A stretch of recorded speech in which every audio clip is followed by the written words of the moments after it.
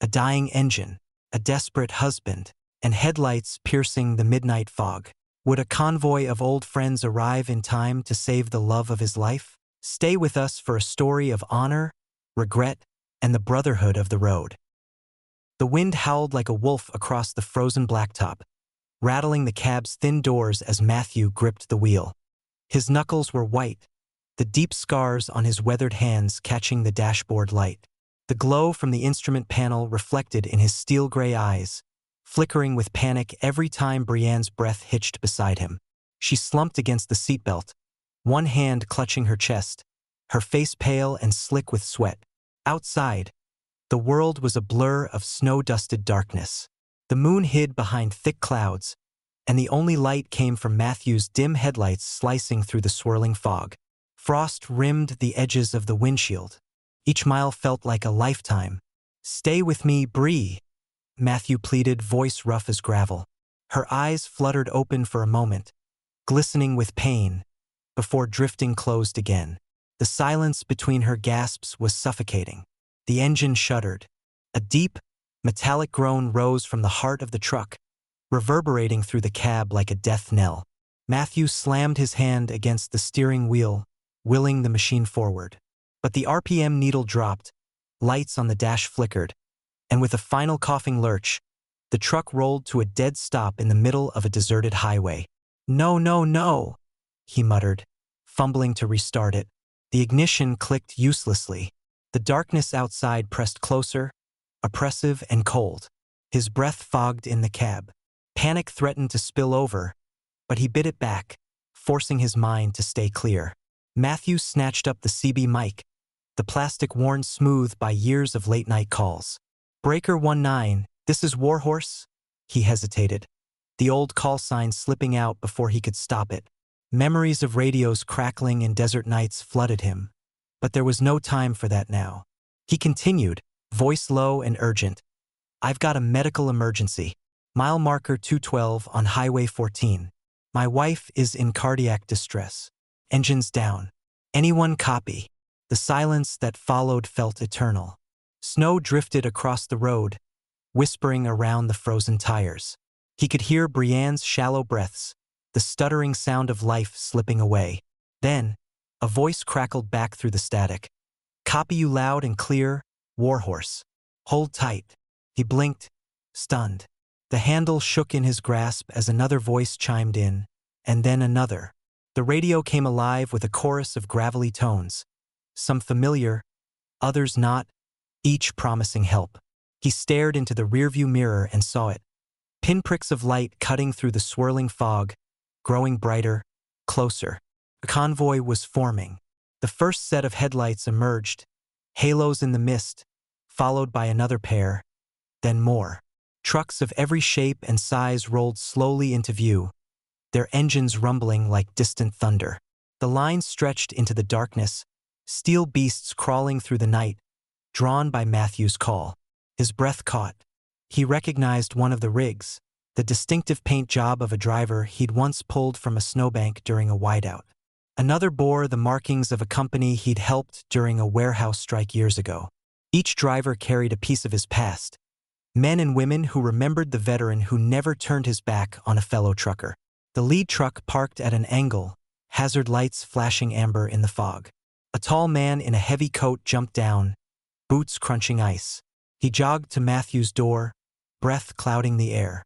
It was Eddie, a driver Matthew hadn't seen since a relief convoy they'd run together after a hurricane. "Hang in there, Matt," Eddie said, gripping his shoulder. His eyes darted to Brienne, reading the gravity of the situation instantly. "We'll get her to a hospital. You're not alone tonight." Matthew swallowed hard, overwhelmed. The road behind them was now a string of idling trucks, their lights like a river of stars cutting through the night. More drivers emerged, crunching across the snow-packed asphalt, coordinating like a silent army. Some carried fuel cans, others spare batteries or tools, everyone determined to bring the dead rig back to life. As Eddie and two others popped the hood, Matthew climbed into the cab again, wrapping a blanket around Brienne's trembling shoulders. She opened her eyes and managed a weak smile. "They came," she whispered. He brushed a strand of damp hair from her forehead. "They did," he choked out. From the engine bay came curses muffled by clanging metal. The convoy's headlights reflected off wrenches and gloved hands, each spark of movement a testament to solidarity. Over the radio, more truckers checked in, offering advice as they raced down frozen roads toward the scene. Matthew's mind reeled back to years ago, the convoy missions overseas, where trust meant survival, and a radio call could summon salvation or disaster. He remembered late-night conversations at truck stop diners, giving rookies advice on mountain passes or how to handle bad dispatchers. And he remembered the times he'd driven miles out of his way to help strangers who would one day become friends. All those moments now stood between his wife and the unthinkable. A gust of wind rattled the cab again. Brienne's breathing grew shallower. Matthew pressed her hand to his lips. "Hold on, Brie," he whispered. "Just a little longer." Outside, Eddie called out triumphantly, the engine coughing to life under the convoy's collective effort. A cheer rose from the assembled drivers, a sound that cut through the night like a promise. Matthew shifted into gear, grateful tears stinging his eyes as the drivers climbed back into their trucks. Engines roared, lights brightened, and the convoy prepared to roll. In the mirrors, a line of powerful machines lined up behind him, ready to face whatever the night might throw at them. As he eased forward, the convoy moved as one, headlights piercing the fog, a testament to a brotherhood born not just of the road, but of shared hardships and unspoken loyalty. They hadn't even made it a mile before the dashboard lights blinked again and the engine gave a final, choking groan. The truck shuddered violently, and then silence. Total, paralyzing silence. Matthew's hands tightened on the wheel as the rig coasted to a stop, its momentum giving out just short of a narrow bridge over a frozen creek. He laid his forehead against the wheel, jaw clenched so hard it ached. Brienne's breathing beside him was shallow, erratic. They were out of time. Outside, boots crunched in the snow as Eddie jogged up to the door. "It's no use," he said gently. "Alternators toast. She's not going another inch without a tow." Matthew nodded stiffly but didn't look at him. His eyes were locked on the road ahead, as if staring at the empty distance might summon a miracle. Then, behind him, a new voice cut through the cold. "I've got chains and a reinforced hitch. I can pull him." Matthew froze. He knew that voice. Every syllable carried weight. A voice that had once lied with smooth confidence, that had turned friends against him and nearly ruined everything he'd built. He stepped down from the cab slowly. Drivers parted instinctively, and there, emerging from behind one of the idling rigs, was Blake. He'd been there the whole time, quiet, standing at the edge of the circle of headlights. He wore a heavy black jacket zipped to the neck, gloves tucked into his belt, and a trucker cap pulled low. His face was leaner than Matthew remembered, his beard peppered with gray, but the guilt in his eyes was unmistakable. Matthew stared at him, chest heaving. The cold no longer mattered. Blake took a hesitant step forward. "I didn't come here to start anything," he said. "When I heard your voice on the radio, I almost kept driving. I figured I was the last person you'd want to see." He paused, glancing toward the cab. "But I saw her in there, and I knew I had to help. If you'll let me." The other drivers stayed silent. Some looked confused, others uncomfortable, but none of them stepped in. They knew this wasn't their moment. Matthew stepped forward slowly, boots crunching over ice. "You want to help?" he asked, voice low. "After what you did?" Blake didn't flinch. "I deserve whatever you've got to say. What I did back then, spreading those lies about the accident, getting you blacklisted, it was low. I was scared. You were the better driver, and I knew it. I figured if I got you out of the way, I could get ahead. But it ate me alive." Matthew's fists curled at his sides. His pulse roared in his ears, from the collision of years of betrayal and the weight of tonight's desperation. He thought of the contracts he lost, the friendships strained, the nights spent wondering where everything had gone wrong. But then Brian moaned from inside the cab. Matthew's shoulders slumped. "We don't have time for this," he muttered. He looked Blake square in the eye. "You've got a hitch? Then hook me up. We need to move now." Blake simply moved. Efficient, no hesitation. He grabbed the chains from his toolbox, eyes down, movements precise. Eddie joined him, and together they rigged the tow line. No one spoke. The cold wind carried only the clinks of metal, the low rumble of idling engines, and the distant hum of a town still asleep. Matthew climbed back into the cab. Brienne's lips were tinged blue, her skin clammy. He tucked another blanket around her, gently brushing her hair back. "Hang on, sweetheart," he whispered. "Help's here." Outside, Blake gave the signal. Slowly, the convoy began to move again. Matthew's truck now pulled by the very man who'd nearly destroyed his career. The symbolism wasn't lost on anyone. The road curved along a frozen ridge. Amber's voice came through the radio. Conditions holding steady. Visibilities opening up a bit past marker 224. Matthew keyed the mic. "Copy that. Keep formation tight. Let's get her there." Minutes passed like hours. Every bump threatened to jostle Brienne. Every gust of wind made Matthew's stomach knot. But they moved forward, inch by inch, mile by mile. A steel chain of loyalty and reckoning. Blake's rig held firm. His taillights were steady in Matthew's windshield, unwavering. He took every corner slow, every grade with care. And Matthew saw in Blake a humility he had not seen before. They passed a closed rest stop, the snow piled high in drifts around its deserted lot. Amber's truck rolled beside them for a moment, her eyes flicking toward Matthew's cab in silent support. Further back, Eddie's rig growled steadily, followed by others who had no idea they were helping rewrite a story that had started long before tonight. As the horizon began to blush with the faintest light, the first promise of dawn, Matthew leaned back in his seat. His legs ached, his mind swirled. But beside him, Brienne took his hand, and he allowed himself to believe they might just make it. Amber's hands trembled on the steering wheel. Her rig loomed impossibly large in the swirling snow, headlights barely cutting through the blinding gusts that whipped across the highway. Each gust rattled the mirrors. Each patch of black ice glistened like a trap. She forced her eyes to stay on Matthew's taillights ahead, red beacons pulsing in the whiteout, her only guide in the storm. She swallowed hard, throat dry as sandpaper. Her radio crackled with the low, urgent voices of veteran drivers calling out road conditions and advising each other. Her own voice felt small and thin when she keyed the mic. "Amber here. Still with you." No one laughed or dismissed her. Instead, a calm, familiar voice came through. "Stay close, Amber. Steady hands. We're all in this together." It was Matthew. She inhaled shakily, pressing the memory of that voice into her mind like a talisman. Amber had only met Matthew once before. A brief encounter at a diner where he'd comforted a rookie who'd nearly jackknifed on a mountain pass.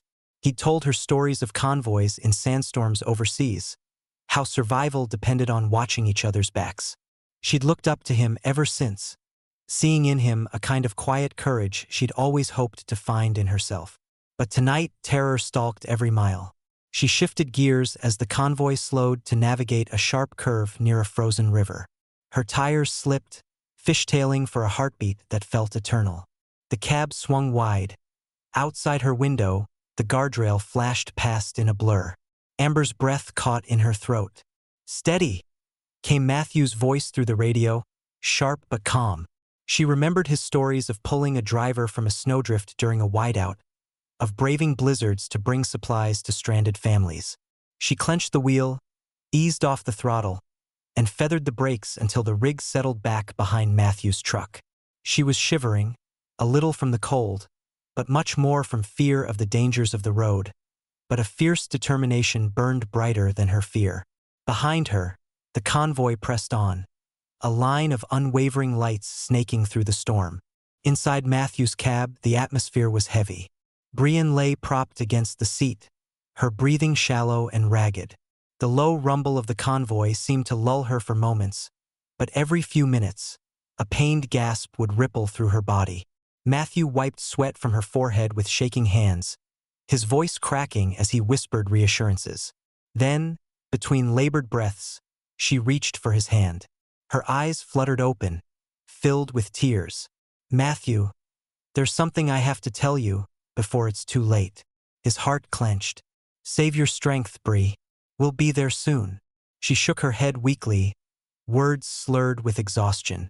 It wasn't all Blake's fault. Years ago, the contract, the papers, I delivered them to the wrong office. I caused the delay. They thought you'd broken your word. I was too ashamed to tell you. Matthew felt the world tilt beneath him. The road outside became a tunnel of white noise. The radio's chatter muffled as rage, betrayal, and heartbreak collided inside him. He wanted to shout, to ask why she'd hidden the truth, but as he looked at her pale face, he felt his fury dissolve into raw sorrow. All those lost nights replayed in his mind. The calls never returned, the doors closed in his face, the hollow months when he believed himself cursed or incompetent. He'd blamed himself, then he'd blamed Blake. And all along, the woman he loved most had carried a secret that festered in silence. Tears stung his eyes as he forced his voice to stay calm. "Why, Brienne?" he whispered. She coughed weakly, eyes closing.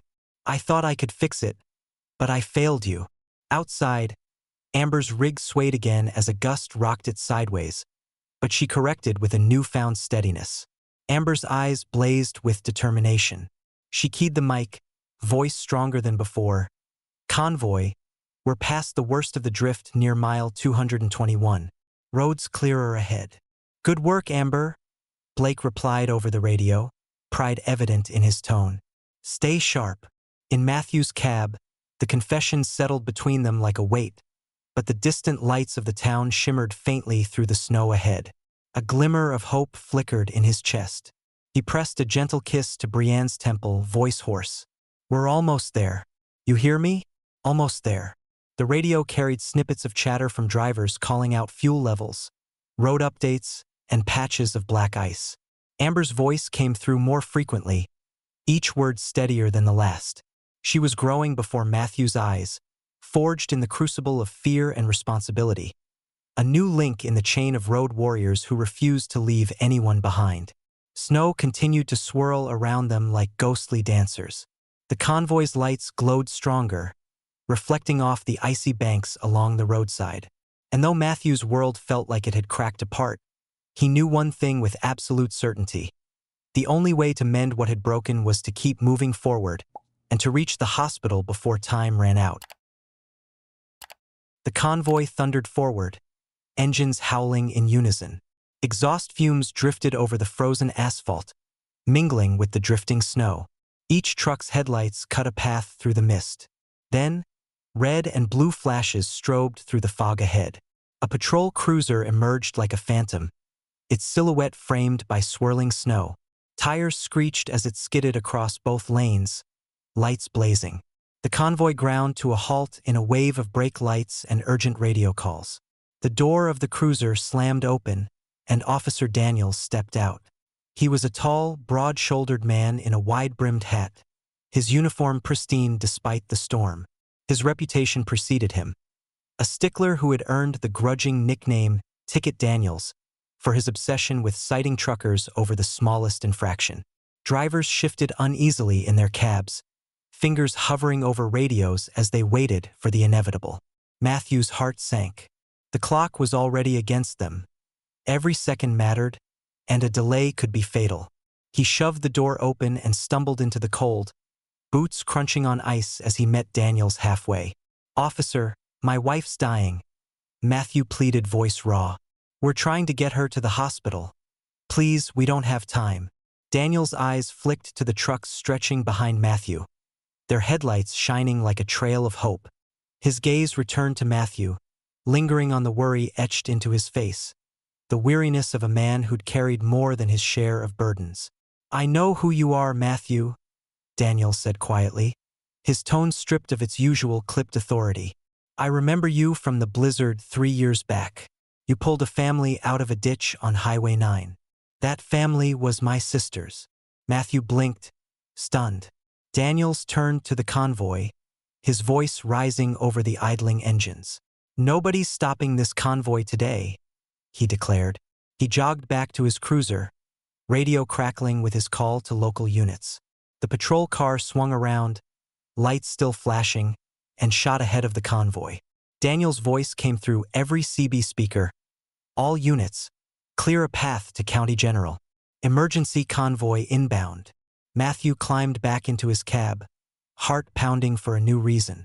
His eyes stung as he squeezed Brienne's hand. "You hear that, Brie? They're opening the road for us."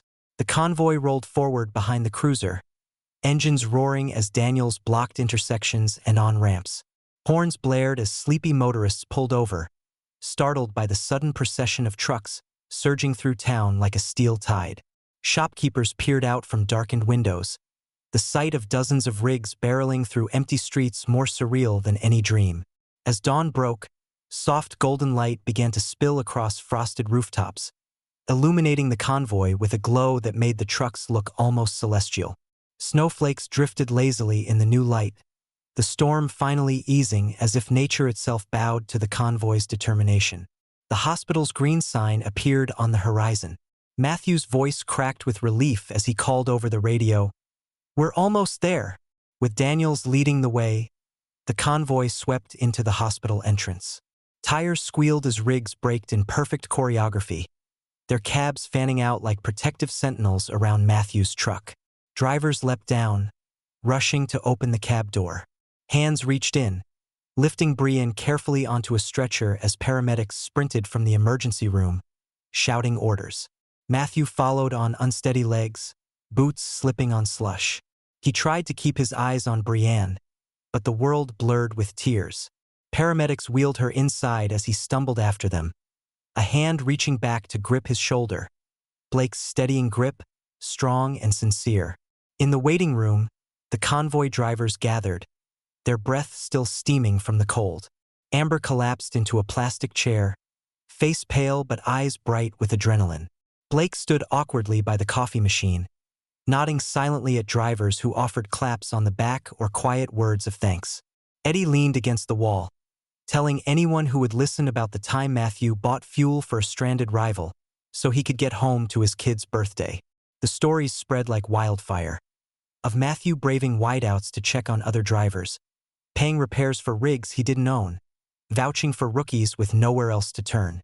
Some also remembered stories with Brienne, her partnership and ever-present shoulder to cry on.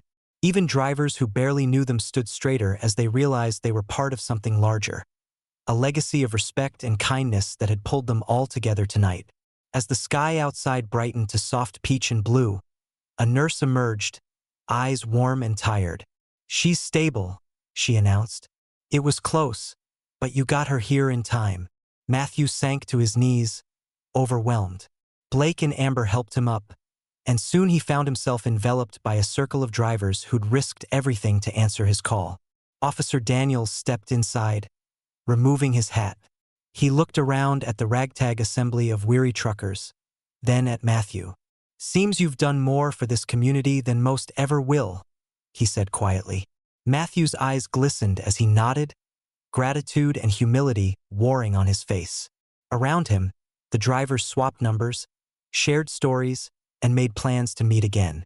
Dawn's light streamed through the tall windows, illuminating the faces of men and women forever changed by one desperate night.